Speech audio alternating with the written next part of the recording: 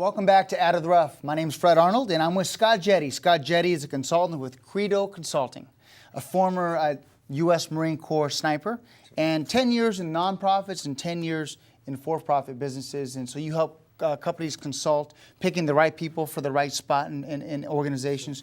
I want to talk to you in this segment about 14 traits that you learned in the U.S. Marine Corps. That's right. As a young Marine. Yeah. That really changed your life, and you incorporate those into business. Let's talk about judgment. Sure. Judgment is an interesting one because many people will make the argument that judgment can't be taught. And if you've ever led anybody, one of the scariest things is allowing them to use their own judgment or to apply their own judgment, because you don't know if they have any. And they might make a terrible mistake, and then you're responsible for it.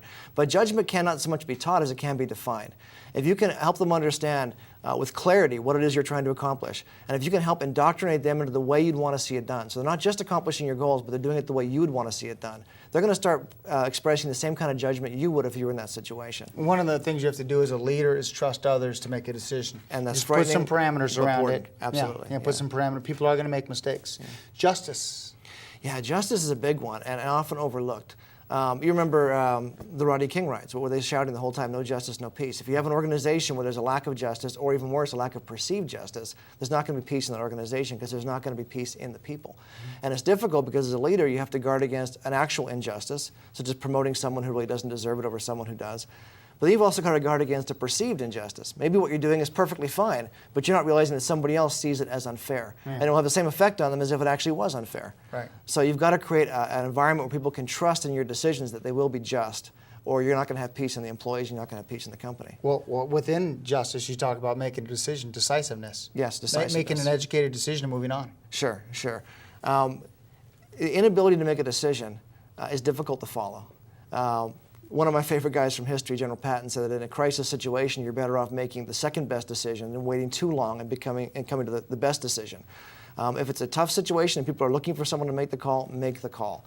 Right. The inability to make the call is perceived as weakness, and it will often cause people to lose their confidence in you. One of the biggest challenges we have right now in the downfall of our economy is people making decisions to liquidate a car, to do whatever they have to do to survive, and so decisiveness is important. Consult. Get some advice and make a decision. Integrity, that's kind of a basic, but yeah.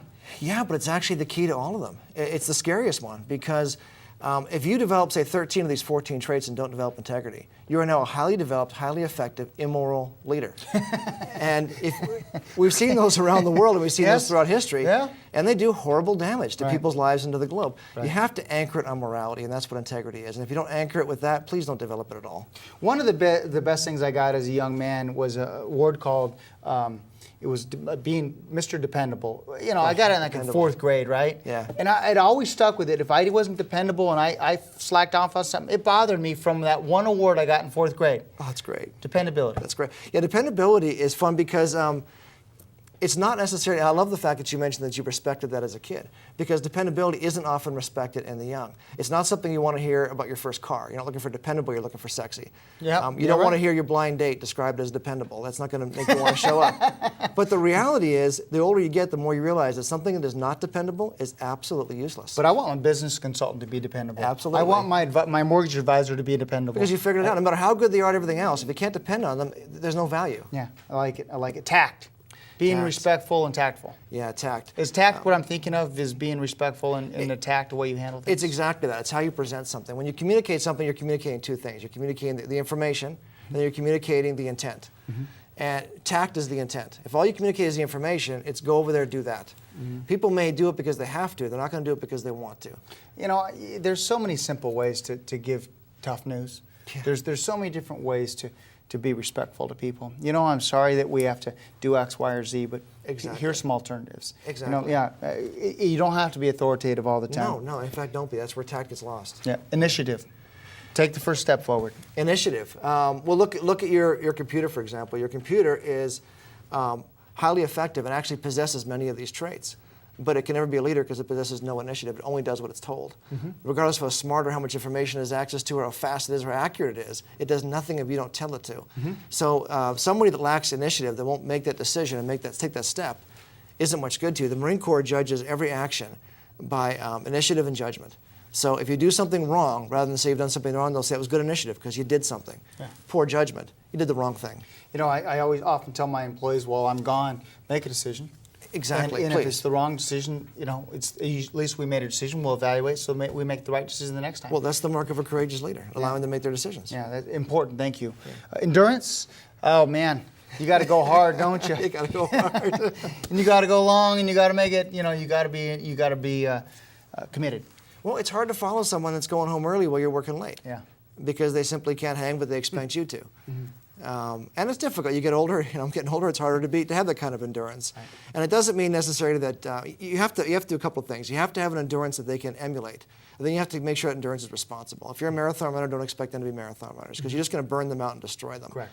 Pick an appropriate level and then lead by example. Set the pace. Yeah, like that. Bearing. Bearing, how you conduct yourself, how you carry yourself. This is one of the toughest ones to get down. You can't fake bearing. But it kind of comes as a natural progression from mastering the others. You'll start to carry yourself as a leader. You remember Columbo from the old TV shows. In fact, he just passed away recently. Yeah. He didn't carry himself like a leader. No. And ultimately, he would save the day because it's TV and he could figure things out. That's true. But it's hard to follow someone who walks around in a rumpled coat and constantly mumbles and says silly things. Yeah. Even though he had a lot of great qualities in there, you don't look at that guy and say, that's the guy I want to follow. Right. Right. You know, you talked about bearing. Sometimes bearing as a leader in any organization is maybe not drinking at the holiday party because then you can keep your bearing. Good example. That was one thing I learned early on is, you know, you enjoy having a drink or two. Yeah. You sometimes say things or do, that's just it's one step. Well, recognize that the people who are following you want to respect you and they want to feel confident that you're a good person to follow. And if your bearing is off, it becomes difficult to see you that way. Yeah. Unselfishness. Unselfishness, yeah. Just be giving. Be giving. There are two styles of leadership. There's the leader that walks on the backs of his people. Basically, they're there to help me get my job done, and that's all I see them as. And then there's the person who would die for his people. And both are effective, really. But which one do you want to be, and which one do you want to work for, is the question. And you talked about loyalty and courage. Loyalty. You're not going to get loyalty from your people if you yourself are not loyal. Loyal to them, and loyal to the people above you. If you're mid-level management and you're constantly saying disloyal things about the people above you, don't think the people below you are going to respect you for that. They're going to think that's okay, and eventually they're going to lose their loyalty to you. And loyal to the job, and courage. Have courage. And courage. Because as you mentioned earlier, giving your people the freedom to grow. And remember, leading isn't just you becoming a leader, but it's you actually helping your people be all that they can be as well. Yeah. And to do that, you're going to have the courage to let them make mistakes. And then, as the leader, you got to take the hit for that. You can't turn around and say, "Oh, my people messed up." Right. Yeah, my department messed up, and that's my responsibility. Inside, you're thinking that was the buck stops with it. Always stops with you, and that takes courage. Right. Knowledge, which is a given, I think we always need to seek knowledge. But I want to mention this last one. We only have about 30 seconds. Enthusiasm. Enthusiasm will get you a long way in life. It'll get you a long way, and it has to be genuine enthusiasm. The cheerleader, who's just cheerleading for the sake of being enthusiastic, people aren't. They're going to see through that. But if you can get genuinely enthusiastic about the mission or the task, it becomes infectious, and you get a higher morale, and people buy it. And I love being the thought of being a cheerleader and really loving what you do. Yeah, that's what you got to do. You got to love what you do. Yeah, I love it. 14 traits that you can pick up to be a better leader. You learned in the U.S. Marine Corps. I did. Thank you very much. Scott, thanks for coming on the show. Thank you. Scott Jette, Credo Consultant. Well, I hope you enjoyed this edition of Out of the Rough. If you'd like to watch this edition online, go to scvtv.com. You can also access other shows. If you'd like to reach out to myself, you can email me, fred@fredarnold.com. I'll be happy to address any issues or get any special guests you'd like to see on the show in the future. I hope this information helps get you out of the rough. Have a great day. Thank you.